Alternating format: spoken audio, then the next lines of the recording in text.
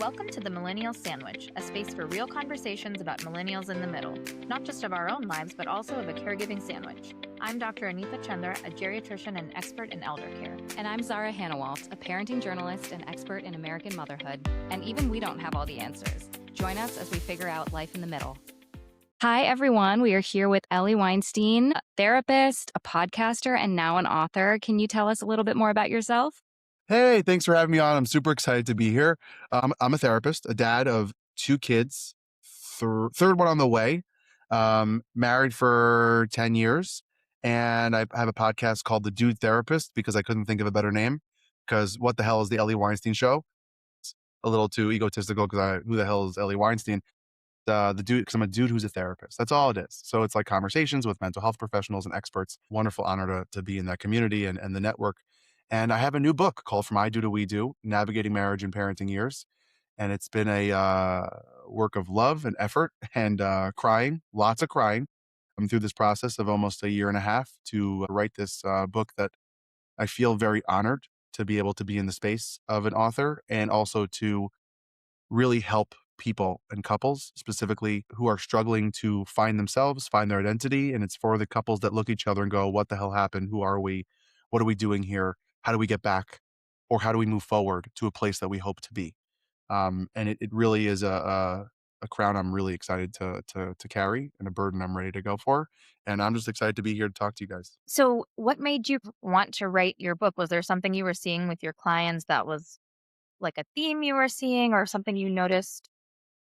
For sure. I hate writing. I'll be honest. I hate writing.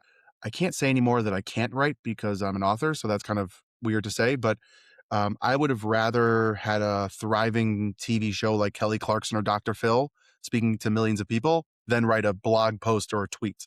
But through the podcast of being consistent, I had a guest on who was also publishing a book, and the publisher heard my silliness and ridiculousness and no BS style of therapy and went, we gotta reach out to this guy and have him write a book. And I was pitching a lot of different ideas when we were back and forth. And the topic of how to keep your relationship thriving while also dealing with the chaos of children is my life. I have two kids. And also I work with couples every day or individuals within relationships, seeing that battle and the simple tweaks that I do with them can make such a load of difference in their marriages and in their lives and for themselves. I wanted to write a book on fatherhood and mental health, and they said no. No Maybe one's they're no not one's help. read no one's reading a book like that. So, Interesting. are a lot of your clients in therapy young parents? Would you say that's the I would say a lot of my clients now are between the ages of 28, 30 to 45, 50. Um, and I have some men who have come who have said what used to work doesn't work anymore, or what never worked really isn't working now. And a lot of couples who are just in the state of either kids, right? One, two, three kids, and just struggling or have been disconnected or have lost touch with each other because kids kind of plot themselves in the middle and created that space because they didn't have the tools to get or the skills to get back or push through that struggle and that tension. Yeah, that's a lot of my clients. Have you noticed that millennials are having relationship or marriage issues, questions, concerns that are different than what maybe other generations are facing? I have no idea what a millennial generation would be considered at this exactly point. your age group that you Yeah. listed? So I think Okay, it's yeah. like Yeah. 80 to what, 97? Is that the Oh, yeah. band? I think that their relationship issues are the battle of what they were taught from their parents of what relationships should look like or the expectations of how things should be set, the roles that people play, and then how they have learned over the years how that might not be how they want to do it. And then dealing with two people who are battling with that, and one person might be okay with it and the other person might not be okay with it.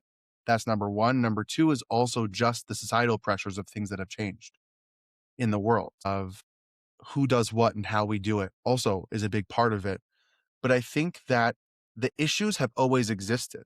I think the millennial generation is just willing trying to change or actually talk about it compared to other generations, right? And we are seeing a lot more people go, and I think it's post-COVID really. I think COVID really like threw everyone off, rightfully so, and really shined a light on, oh, we're actually not doing okay. And this put like a magnifying glass on it because we were literally stuck at home and couldn't avoid anything. So I think that really kind of pushed people forward. But I think the millennial generation is just a lot more open to saying, hey, I don't like this. This feels uncomfortable. I need to talk to someone. I got to try to deal with it. I'm not just going to put my head in the sand and stay in this just because I made a commitment or whatever religious or cultural pressures that I'm never going to get divorced or I'm not going to push back and speak up.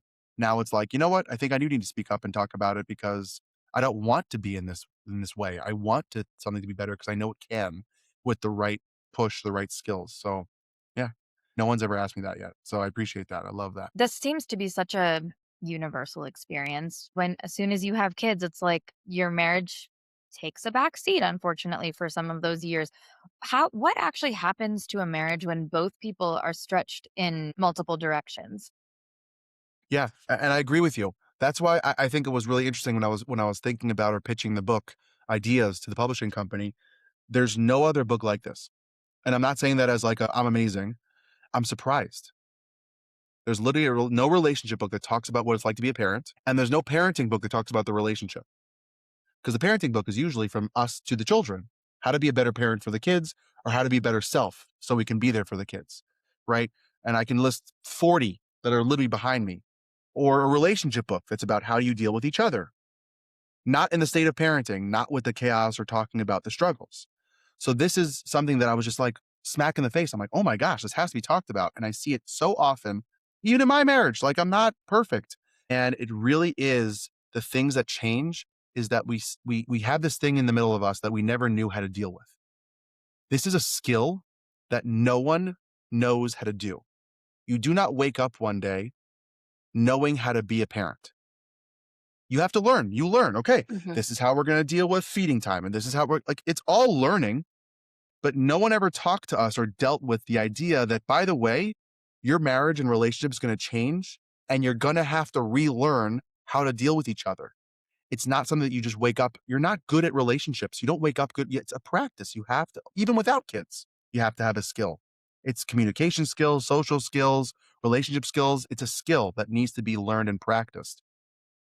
So that's what it is. And what changes? Relearning too, because you Yeah, it's have relearning. relationship with this person and you're both Exactly. dealing with this stress in different ways because you're obviously not the same person. Yeah. Kind of adapting to your partner's stress and how they might react. And I think that's the friction that we're like, oh, I haven't seen this side of my partner. And the question I always say is, are you willing to make that adjustment and pivot?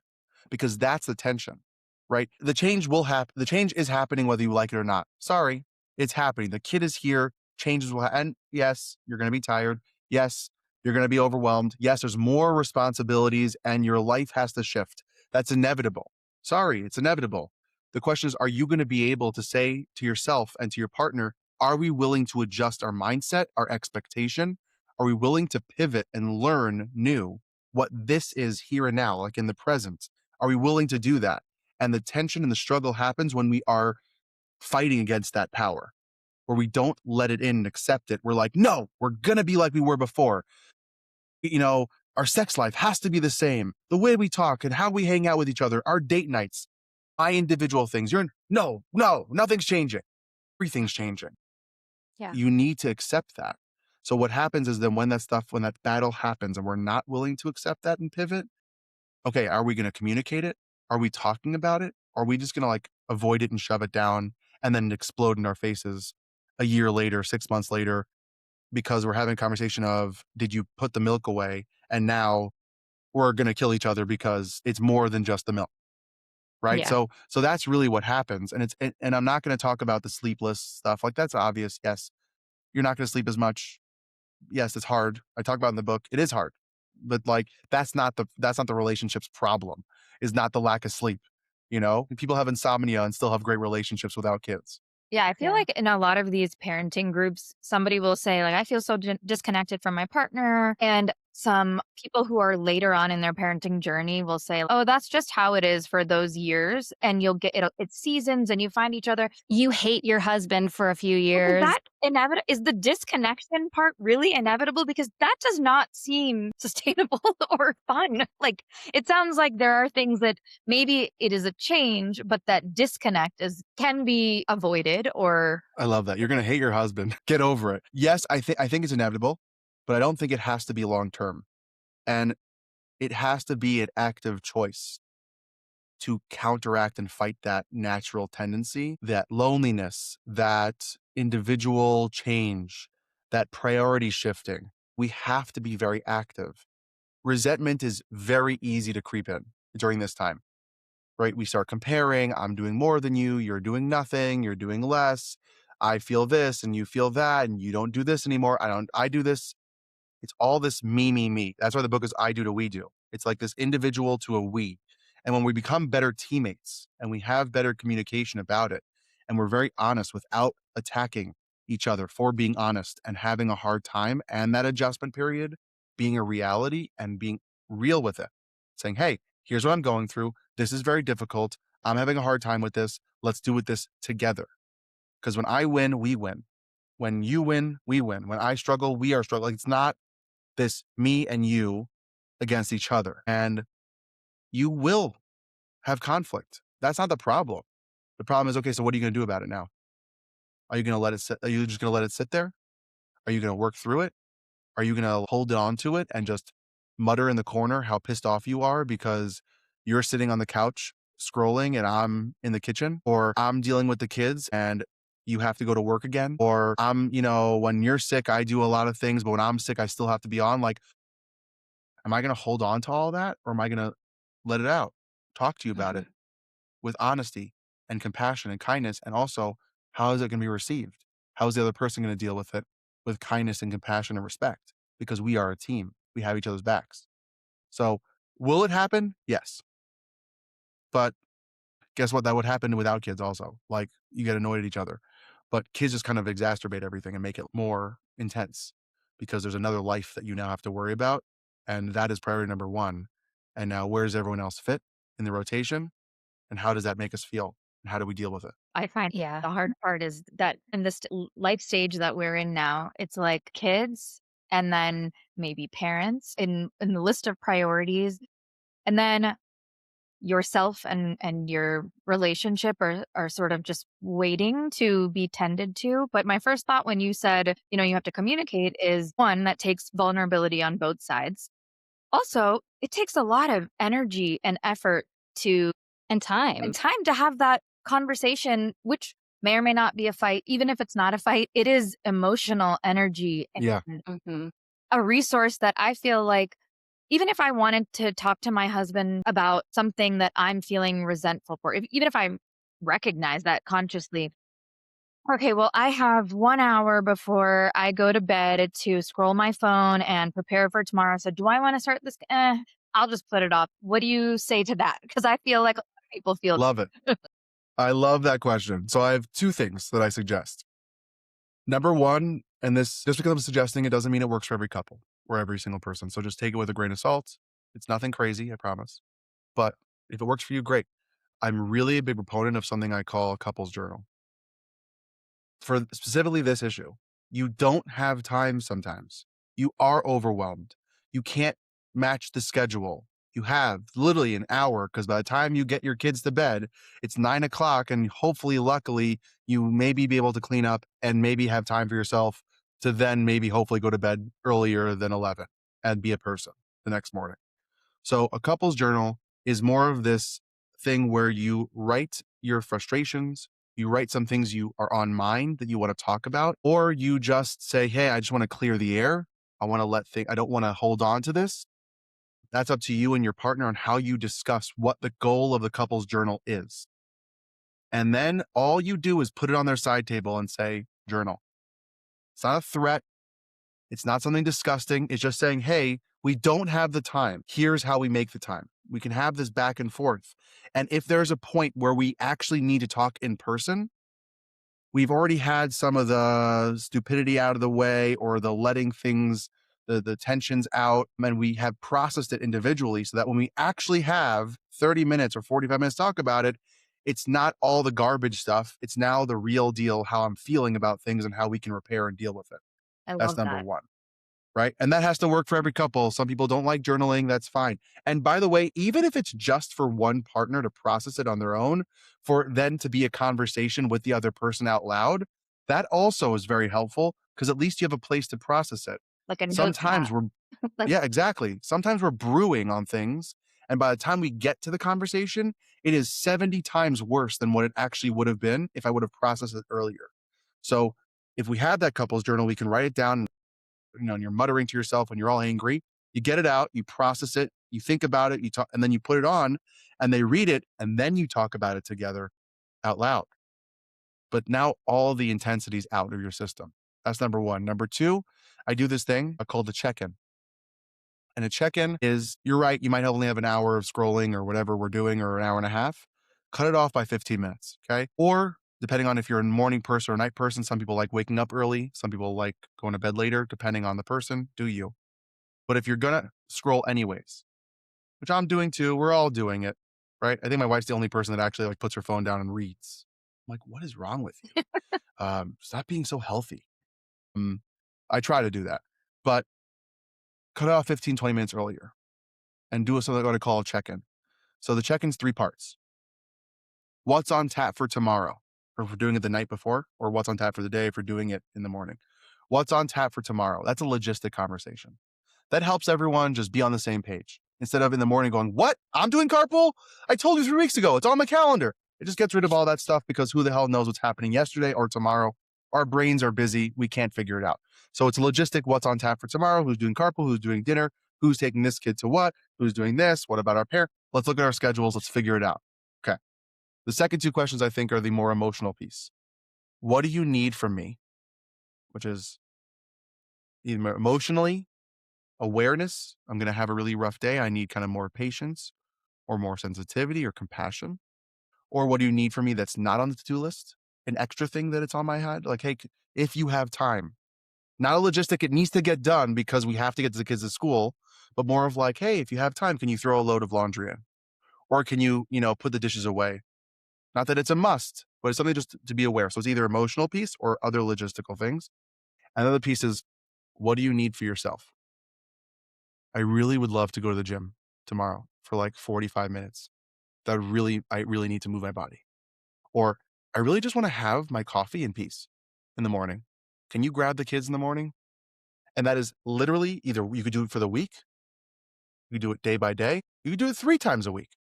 But it's the way to have this constant conversation to avoid some of the arguments or the buildup of resentment because I'm not getting my needs met. mhm. I'm creating a space to have a conversation where we both can have, here's what I need. So it's what's on tap for tomorrow? What do we need from me? What do I need for myself? And just do that. I do it with my wife every night if we can, because then there's no surprises. Mhm. And I say this a lot when it comes to communication. It's not about solving issues, it's about making awareness. If I'm aware that this is something you're struggling with or that you hope to have it or need it in your life, I now can just be a little more 5% more cognizant of it. That now I go, yeah, my wife is struggling with this, my husband's struggling with this. Of course I want to help. I love them. If I say I love them and I care about them, I didn't know they wanted to go to the gym. I didn't know that they wanted to do that. I don't know. I just didn't see it that way. My vantage point is not theirs. Now I know, yeah, how can I make that happen? Of course. Or if I can't make it happen tomorrow, but what about, Friday? Right? Then it could be a conversation instead of it being like, hey, I want to go today. No, I can't do it today. And then you feel shut down. It's, hey, tomorrow, that time you want to go to the gym, I have a really important meeting, but can we make it happen earlier or later or the next day? That's really important that you get that for yourself. But it might not be able to happen tomorrow. So at least it opens the conversation a little more versus being rejected and shut down like, no, it can't happen because it's last minute conversation. And it's making it a regular thing and not sort of bringing something up, which might make the other person defensive if it's Yeah, not because it like, surprises them. It throws them off. They don't know what they're like. What? And then they glitch. This is more of like I'm just giving you a heads up. Let's, here's some time to process. Can we make this happen? Even like some like, hey, on the weekend, can we go hang out as a family? Instead of like waking up Saturday morning, like, can we do something today? What? I was going to watch football, whatever, like, you didn't tell me. And then like literally people freak out and lose their minds. But it's like on Thursday or Wednesday, we talk about it. Hey, here's what I want to do on the weekend. Yeah, let's make that happen. Let's plan it. Or, oh, I didn't tell you. I already made plans with something. Can we do both? Oh yeah, for sure. Right. Just like having the conversation a little simpler and a little easier and more consistently.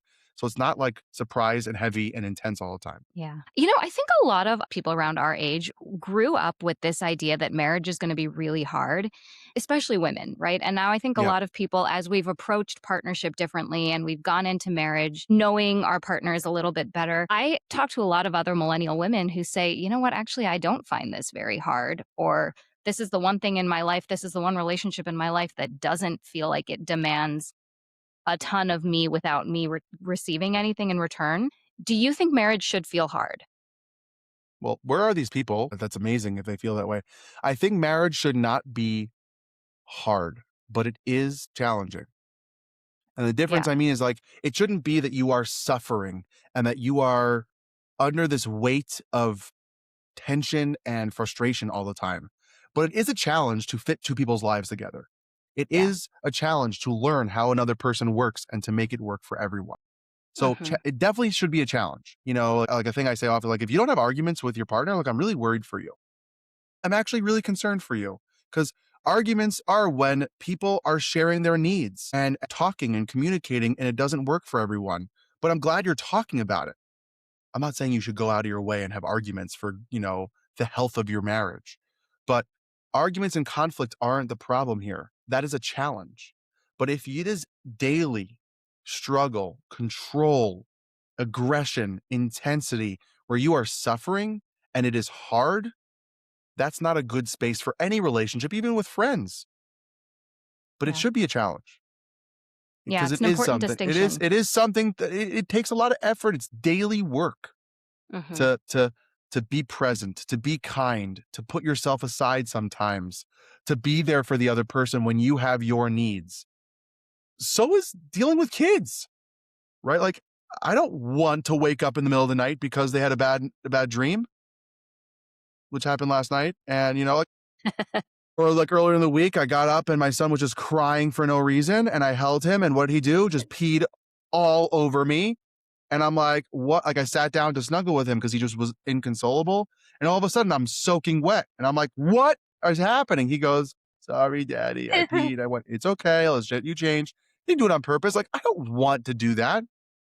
But to be kind in that moment, to be soft and loving, that's a challenge, not hard. Yeah, I find, at least for myself, it's easier for me to be kinder and more give more grace to people who aren't my partner. And that makes me really sad because I love him most in the world, but it's sort of like that feeling like, well, he's going to be there and he knows, and I can be myself with him, and he gets the worst of me. And it's not something I'm Yeah. proud of, but I find if I were talking to someone else and they did the same thing that if my husband did, I would be like, yelling at him. It's easier for me to see it from a different perspective and be nicer. And I don't know if you see that a lot, or maybe that's Oh, just me. no, it's everyone, myself included. I think that we have a tendency to feel the most comfortable with them. So we are our truest, fullest self without as much filter and worry of judgment. Not that we won't be judged or get attacked, verbally or, be yelled at or get some, defensiveness, but we feel the most comfortable that we can be our truest self. So it's very natural. They know us, they're here. Like, why would if the same thing with our kids? Mhm. Hopefully, we're a little more compassionate with our children than we are with our partner because they're children, but our partner is an adult, Or even our kids hopefully and other behaving. people's kids doing the exact Yeah, same thing. Yeah. yeah, Yeah. yeah, because like it's not our world. It's not your Mhm. We're not, responsibility. it's not my responsibility. So it's very normal and very natural for us to fall into those tendencies of either snapping or yelling at our partners that we wouldn't yell at someone else or be more understanding. And that is the hard challenge, the work of trying to be better, trying to be a little bit calmer when we can. But it doesn't mean that it's going to be all the time. And it does happen where we snap at our parents when they do something, but when someone else does it, we're like, oh, they're just being old people. Like they're just Totally. being, oh, but like my mom does it, And it's I'm just yelling at her. the worst, most It's the worst annoying. thing she could have ever said. Yeah. But someone else does it, and I'm like, aren't I they mean, so cute? I'm a geriatrician. I see a lot of old people every day, and I will give them like, you can do whatever and say whatever and be the most clueless. And then my mom will do the exact same thing, and I will just be so annoyed. And yeah, that's one of those relationships where you can be fully yourself to a fault sometimes. Yeah. And you become a teenager Yes. around them sometimes, you just Or they revert treat back you to like a the teenager. Yes. well, The joke I make about this topic is like, when my wife and I lived with my parents for about almost 2 years when we were saving for a house. My wife was a godsend. Like, she was amazing with them. I wanted to kill them every day. Because like my mom would be like, hey, honey, don't forget, tomorrow the garbage goes out. And I go, Mom, I'm 30 Yeah. with 2 kids. I have my own life that I take care of before I moved in with you to save money for a house. I'm a responsible adult. And like, mhm. I lived here. I know what day, garbage is. Don't forget. And I go, okay. And then I would walk away and go into like the part of the house and be like, oh my God. Like, it was So it's all of just us. make me crazy. It's everyone.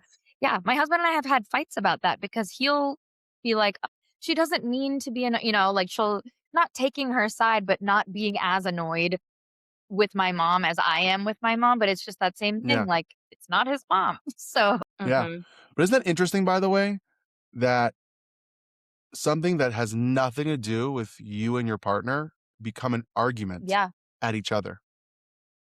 Yeah. Like something external happens. Like, how often are we sitting in the car and our kids are going, could I have another snack? Are we there yet? And now me and my wife are yelling at each other because our kids are being annoying. Like, Mhm. we didn't do that to each other. They're the problem. Or my mother-in-law says something or father-in-law says something, and now I'm talking to my wife and now it's an argument. Not about us, not how we're parenting, just they say something and I go, can you believe? Or my wife said like, yo, your mom or your dad. And I go, hey, and I start yelling or arguing. Like, it's so funny how that becomes something in between us. And now that we go at each other because of an external thing. Yeah, or I have found that I just don't have the same amount of patience for my parents because my patience is so drained by my kids because Yeah. I'm giving so much of my Everything. everything to my kids, and I Yeah. don't have a lot left over for my parents. Yeah. I barely have enough for, myself. Yeah. So it is just this taking a step back and like a self-reflection of like where your tank is of energy. Mhm. Right. I think Brene Brown was like very big on this when she talked about your tank and the idea of, hey, I'm at 30% and you're at 10%. We'll do our best because nothing's 50-50. It's you give 100% of what you have. And sometimes that's only 30%. Yeah. And that is good enough. So sometimes it's about having that huddle with your partner or with yourself where you go, hey, where are you at? You go, I got no sleep last night. I had a rough day at work. Like, I'm literally running at 5% right now. Okay, I'm at 20%. Let me take the lead.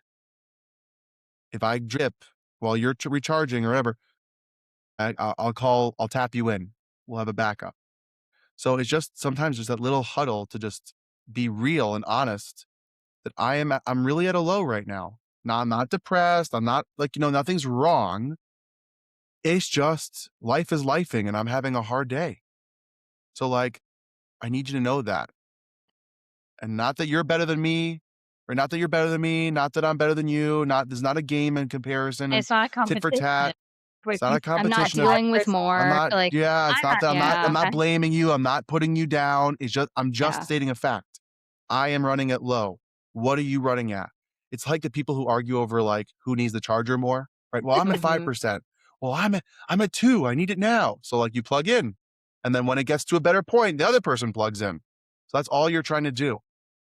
But a lot of Yeah. times when we voice that, it's like the argument over who's going to get up to get the kids in the middle of the night, right? I'm tired. No, I'm more tired. Why? Why are you arguing? If someone says, I'm really struggling, we have to respect that. It Mhm. doesn't mean you're not, though. But if I go, well, so am I. Good for you.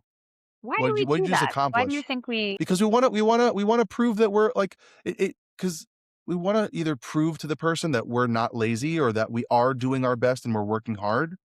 It feels very weird for someone to go, I'm having such a rough day. I'm doing great. Haha. You suck.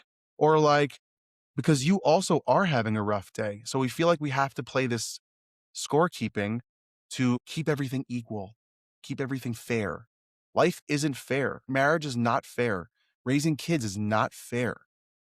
But if we try to keep everything, well, you do this and I do that, now it's equal, so it's fair. Haha, everything's so fair. Then that's why we have to prove ourselves. We try to match. Well, I did the dishes and I did this. Well, I did that. Well, that's not fair. You did two things and I only did one. Yeah, I think You need that's to do a big more. difference between we were talking about millennial marriages versus marriages of previous generations. It was the task delineation and the roles were a little Yeah. bit different. And now we really are partners doing a lot of the same, maybe we both work, maybe we both split up household tasks, maybe we're trying to split the mental load, all of those things. And it feels like it needs to be equal. And I wonder if that creates more of the tension because you feel like you should be doing the exact same amount at all times. Yeah. Mhm. So the line I have in the book and something that I say with my clients all the time is like, you cannot quantify quality. So one person doing three things could drain me differently than it drains you. Not good or bad. You're not better or I'm worse or vice versa. Sometimes 30 things I can do easily. And for the other person is a nightmare. The example that I'll just be honest with, my wife can deal with the kids all day without complaining at all. I don't know how. I think she's a witch. Like, it's just amazing. That's how my husband No, she's amazing. My wife's amazing. I'm not saying a witch in a bad way. She's like a magician, wizard, whatever. But like me, 2 hours, I'm done. By myself, I'm done. Like it overstimulates me. I have ADHD. It pushes my buttons in ways. And I love my kids. I'm not saying that they're doing anything wrong, but being with them by myself for 2, 3, 4 hours, it drains me differently than my wife. Not better or worse. She's better than me in this, but it doesn't mean that I'm lacking because of that. But we have to be cognizant of the quality of things, not the number. My wife can do 7 things that drains her endlessly. And for me, I'm like, what's the problem? I could do that. That wouldn't bother me. It's the brain power, it's the energy and the effort that we give to things. And it's the respect that we have for the other person to go, you're struggling because you did 7 things. I appreciate that you did those 7 things and I didn't have to. So something I try to push clients and people when I'm talking about this stuff is the small thank you. So what we do in our household, and I do it with my clients, is that when we have those discussions of what to do, like who's doing what, I took the kids to school this morning, carpool. That was discussion. I'm doing it. I'm not, it's part of my responsibilities. I come home, my wife says, thanks so much for doing that. I really appreciate it. Why? Because I didn't have to. And you did it. And that means a lot to me. Not that she didn't say the second part, but that's what it is. So now I feel seen and respected for what I did. Whether it's 70 things or one thing, I feel seen and respected for the effort and the quality of what I am adding to the family and what I am doing for the family. Whether it's putting away dishes, cleaning dishes, putting something away that's on the floor that I see. I pick it up, put away. Hey, thanks for taking care of it. Change the laundry, changing a diaper. Like, these are things that are happening. Someone has to do it. It might be you, it might be another person. One person might be more cognizant and see those things more than you and do it more accessibly. Be more aware of those things and you're not. Thank you for doing that. It really means a lot, all the effort you're making, and not this, I have to prove you that I'm doing enough or I'm okay, or the other person making me feel bad or putting me down that I'm not doing as much. It's this respect cycle that we're creating of, I see all your efforts, no matter how many it is or how much it is. I am very happy you're doing something because I don't have to do that thing. Do you see a lot of people falling into the comparison trap based on what they see on social media and feeling So like, often. oh, my husband's not doing this for me, and X, Y, and Z influencer's husband, like, Yeah. I don't know, set up A a room DIY full of escape the room. flowers for Yeah. Valentine's Day. Yeah. Yeah. Like during COVID, the thing I always see was like the those like red line, the wire, and they made it look like the escape the room, Mhm.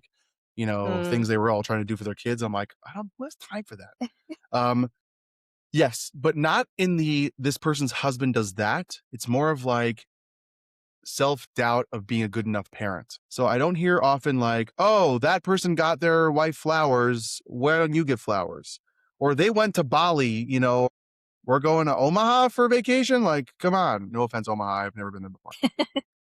Right? Like, I don't see that as much. I think it's more like it becomes a self-attack. Like, why am I not enough? Why can't we do that? Why can't we have or experience or and that's why, which I find unhealthy, but nice to see at the same time, when we see influencers or these famous people be normal, we're surprised and also relieved at the same time. Like, that's why everyone loves like Sean Johnson and Andrew East, right? Because they seem normal. Mhm. They probably have full-time help. They probably have assistants. I'm not saying that a negative. Good for them. But when they're out with their kids and they talk about the struggles of their kids having a tantrum, we're like, oh, thank God. I thought it was just me. Because we don't see any normalcy or comparison that is equal. We're like, oh, they're just like better than us and above us. Yeah, that's Like, I'm like sure Kim Kardashian has arguments with her daughter. right. We just don't see that because why would they show that on Instagram? Yeah. And the opposite when Travis Kelce said that he and Taylor Swift have never fought in their relationship. That seems not good. It's not good. They don't have to argue over who's Also, unloading the dishwasher, right? Like, also, I don't think they spend as much time as Right. normal couples spend time with each yeah, other because they're traveling around the world. Yes. But when they do spend time, it's like a honeymoon. It's exciting. It's Right. fun. And they don't want to ruin it or mess it up because they literally have a weekend to spend because she's on tour for how God knows how long, making millions of dollars, billions of And dollars. they have a And lot also, of support and money. they do. Yeah. To be able to take care of the little things that get in the way. she also probably has like a hidden album full of just rage songs about him that he's Probably. never heard. So, Probably. He loves Patrick Mahomes more than me or something. But yeah, I think there's a lot of just, it creates this attack on self. Mhm. That something's wrong with me that I'm not. Why can't I be a better mother when I see they get ready for the day and someone wakes up at 4:30, 5 o'clock, gets dressed in the most beautiful outfit, looks amazing. They go and they take care of all their kid stuff, clean the house before 11 o'clock, get to the gym, and they're also cooking dinner? What the hell is Yeah. wrong with me? I Yeah. could barely get out of bed and get dressed for the gym, right? We do that a lot, but we have to realize, and I'm sure people know this when listening, first of all, someone had to set the camera up. That's number one. Like, this is not like they just wake up and everything's just magical. Number two, the house was clean before they cleaned it. So that's number two. And they're a different life than yours. You can't compare. It's literally apples to elephants. And it's not a bad thing that you are not doing that. And it's not a better or good thing that they're doing that either. It's called content. Literally this morning, no joke, I just restarted my TikTok, unfortunately, because my brain now feels that it needs to do that for like, book launch and just like, who knows, more people, different avenue. Fine. Hate it. This whole morning when I was driving my kids to the carpool and on the way home, my brain was agonizing over what cute hooks and cool things I Yes. could do to create content. Why? Because my brain is just, that's the world we live in. So stop worrying about the content people are putting out and try to be in the present of your life, which is hard. I have a hard time with that. In the context of marriage, I feel like I scroll and I see hooks that are like, this one thing is a sign that your marriage is like, what do people think is a sign their marriage is struggling, but is actually normal? Arguments, Mhm. conflict, like it does happen. You both are in your own worlds. What I say a lot is you're in your vantage point. When you have a kid, what's the thing you do, right? You go on all fours and you look around when they start crawling to see where the problem areas are. I'm 6'2". I can't see that until I get down on that level. I could barely see my son sometimes because I walk over him because he's so tiny and cute. He's a 4-year-old little man, right? I walk over him. I go, oh, shoot. Sorry you were there. I didn't see you, Max. So sometimes we're just not on the same vantage point as people. So we're going to get into arguments. We're going to step on toes. We're going to bump into each other without trying to. What is a real problem when it comes to marriage that shows there's a problem is when you do not talk and you are avoiding each other. And there is this massive space between the two of you That's what hurts. Another one is when you have this built up anger and resentment holding against someone where everything and anything they do, right, is a problem. I love when clients come to me and they go, Ellie, I can't even stand his freaking breathing. I want to slit his throat, right? That's a problem. Not his breathing and not that you want to slit his throat. Please don't do that. But the fact that that bugs you so much Yeah. means there's so much crap building up that that is one of the things that you're just like, here we go again.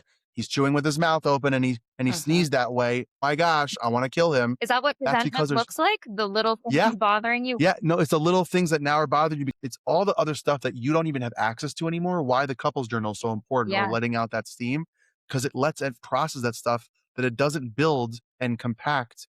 And now a little thing is the one thing that pushes it over an edge. Oh, you got to be kidding me. He put the bottle there. I always tell him to put the bottle over there. Why would he do that? Bah! And now I rage on him or her, right? Depending on who's holding all that pain and resentment. It's because so much other stuff hasn't been let out. So it's just ready to burst, ready to explode.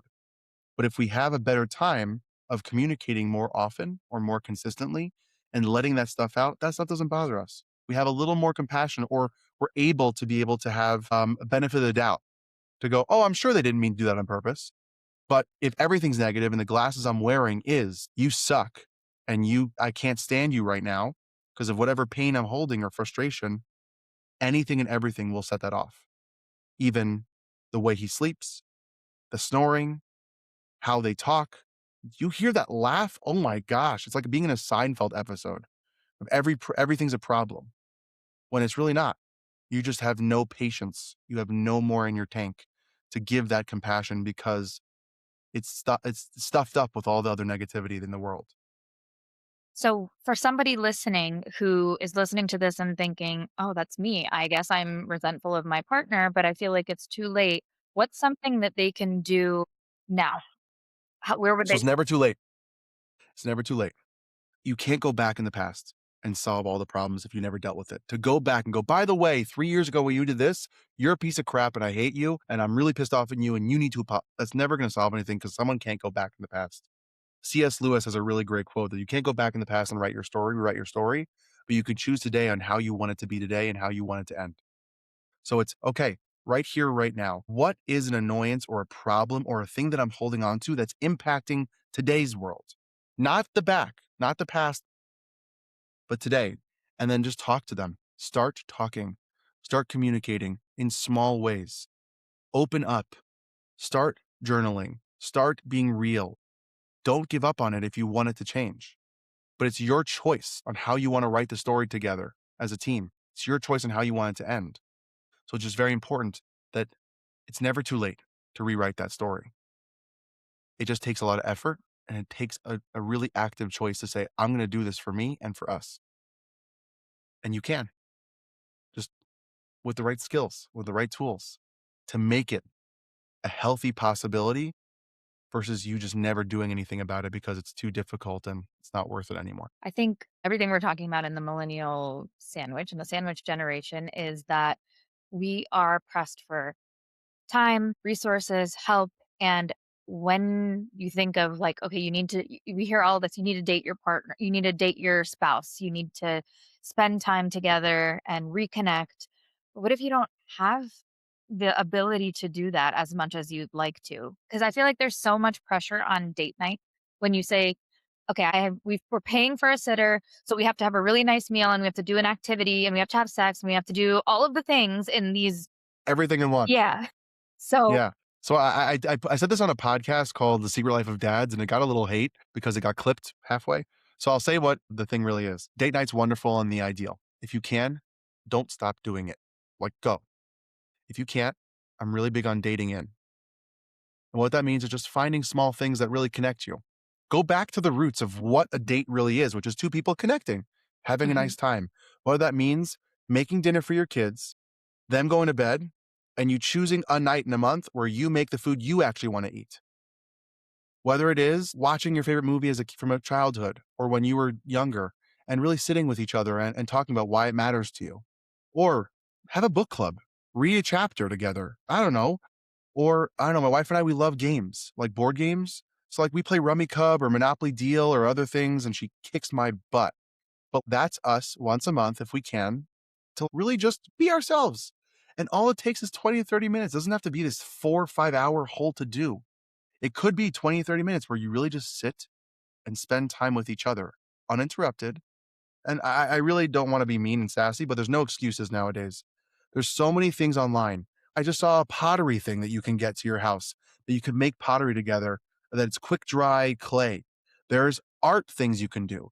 There's board games. There's love things that you can read, ask each other questions once, at night. There's all these things that you can do that take 5 minutes to 25 or 30 minutes.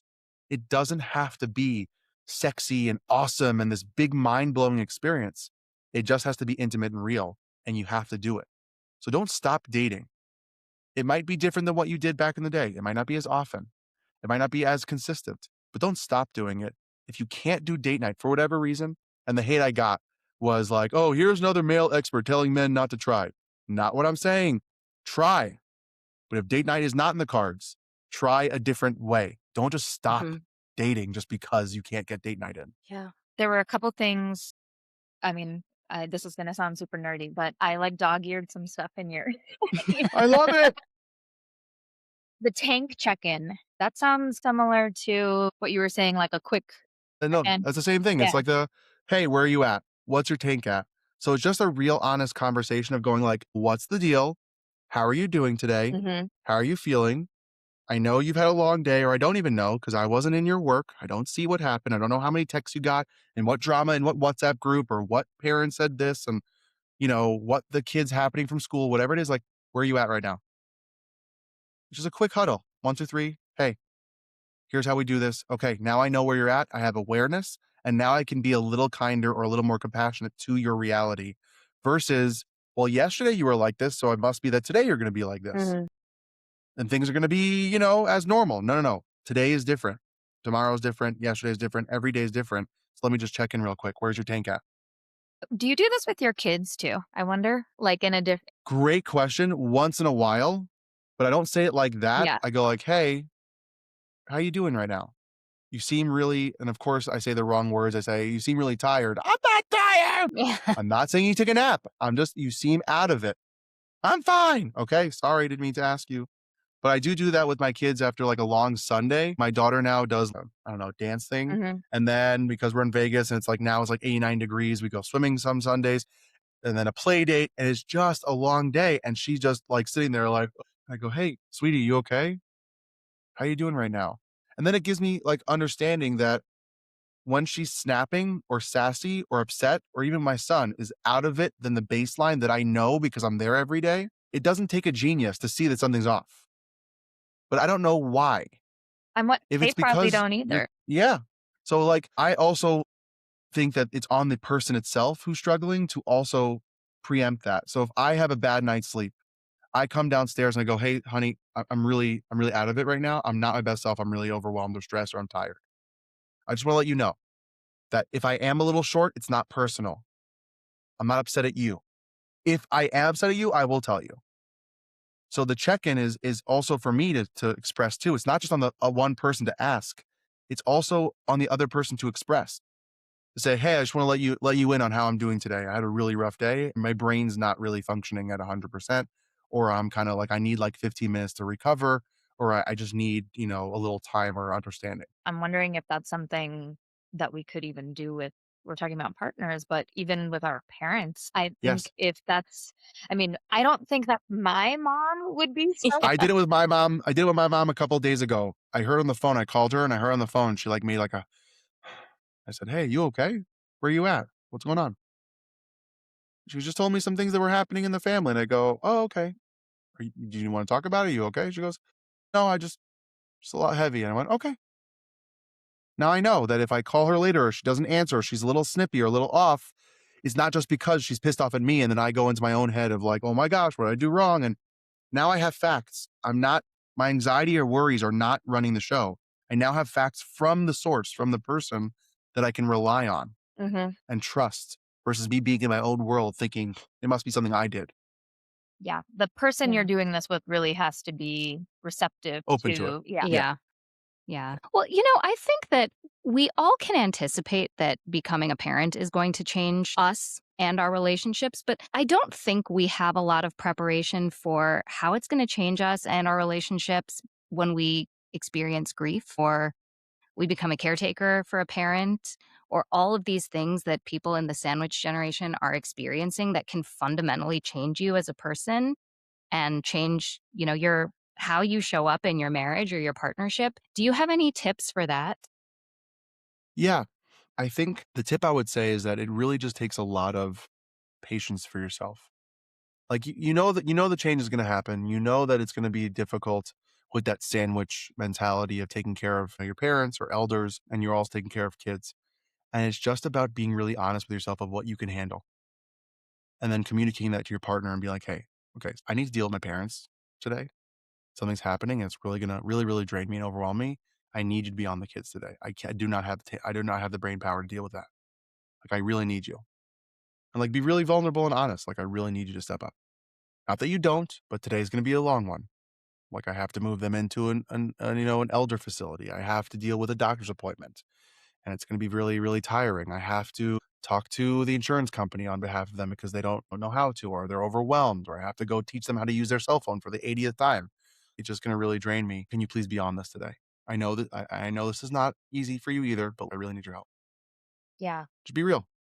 It's been about 2 years since my dad died, and for about a year after that happened, I did not feel like I was a good mother or partner, and Mm, we really haven't talked about it, about that whole year, but if my partner wasn't there to sort of step in and be everything I couldn't be, I'm not really sure what would have happened. So, yeah. it sounds like I need to go say thank you for yeah. None of us know what changes are gonna suddenly happen, right? And what stresses we'll be under, whether it's work or family or whatever it is, but I guess it's impossible to adapt together if you're not being open about what you need. And that's the whole Yeah. idea from I do to we do is the we mentality is teamwork of how to build that connection stronger and deeper that whatever happens outside, Mhm. we will figure out how to handle it. Not that we know how to know how to do it, but we will figure it out because we have each other's backs and we're going to work on it to make sure that we can handle that smarter, kinder, more sensitive, more respectful, but we will do it because we have each other's backs and that's the pact that we have together. So we're going to do it no matter what. What would you say is your millennial sandwich tip? Hmm. The tip for millennial sandwiches is don't listen to all the noise that is out there on social media.